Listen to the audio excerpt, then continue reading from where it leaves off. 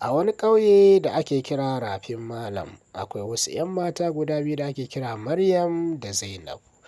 Wayannan yara guda biyu sun ƙware sosai a dafa abinci, don duk garin nan babu wanda ya kai su iya dafa abinci mai daɗin gaske. Wata rana sarkin wannan gari ya sa aka kira masa duka 'yan matan garin domin ya sanya musu gasar dafa abinci kamar yadda aka saba a kowace shekara.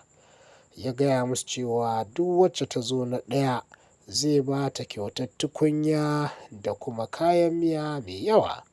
Yara suka ci gaba da farin ciki suna ta murna. Maryam da Zainab da sauran 'yan matan gari kowacce ta je domin ta haɗo kayan dafa wannan abinci.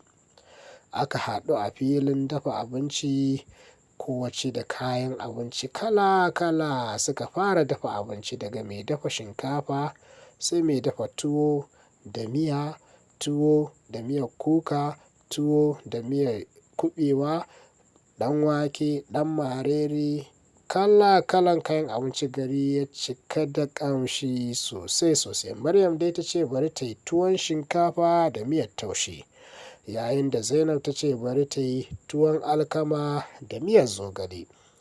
Maryam mai yin tuwo da miyar taushe tana da hanzari sosai gurin dafa wannan abinci nata, tana yin shi bisa ƙa'ida da hanzari, yayin da Maryam kuma ta ce bari ta yi a hankali domin ta sa gishiri da magi da kayan ƙanshi su ji sosai.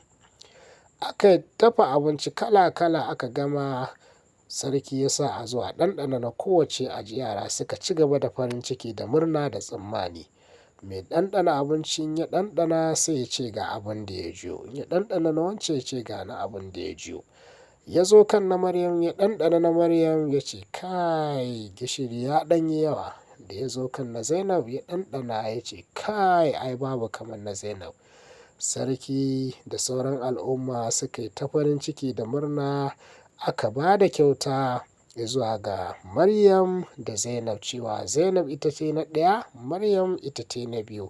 Ai tun daga wannan rana Maryam da Zainab su suka ci gaba da koya wa yara abinci a wannan gari cikin farin ciki da nishaɗi da gogewa.